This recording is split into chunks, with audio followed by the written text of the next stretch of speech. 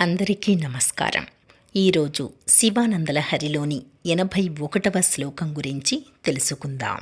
ముందుగా స్వామిని స్తుతిస్తూ ఓ ప్రార్థనా శ్లోకం. కేయూరాణిన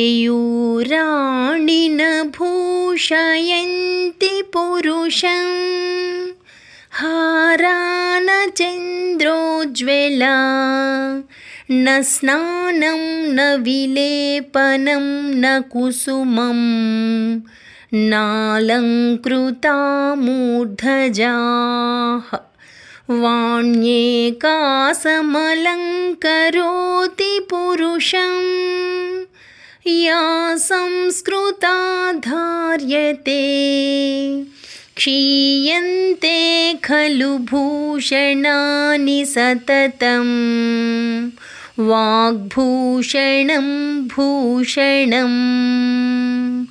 ఇప్పుడు శివానందలహరిలోని 81వ శ్లోకం. ఓం నమః శివాయ. కంచిత్కాలముమామహేశ భవతః పాదారవిందార్చనైః కంచిధ్యానసమాధిభిశ్చనతిభిః కంచిత్ కథాకర్ణనైః సంచిత్ కంచిదవేక్షణైశ్చ నుతిభిః కంచిద్దశామీదృశీం యః ప్రాప్నోతి ముదా త్వదర్పితమనా జీవన్ సముక్తః ఖలు. ఈ శ్లోకం యొక్క అర్థం ఏమిటంటే,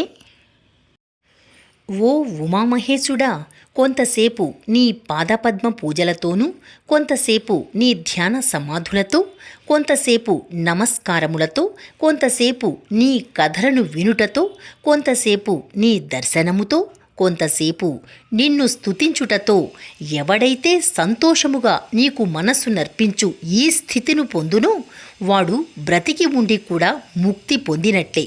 ఉమామహేశ్వర, ఎవరైతే తమ జీవిత కాలమున కొంత సమయము నీ పాదములను పూజించుటలోనూ, మరికొంతకాలము నీ ధ్యానములోనూ, కొంతసేపు నీకు నమస్కరించుటలోనూ, ఇంకొంతసేపు నీ చరిత్రమును శ్రవణము చేయుటలోనూ, నిన్ను స్తుతించుటలోనూ, నిన్ను అదే పనిగా దర్శించుటలోనూ గడుపుతారో వారు జీవన్ముక్తులవుతారు.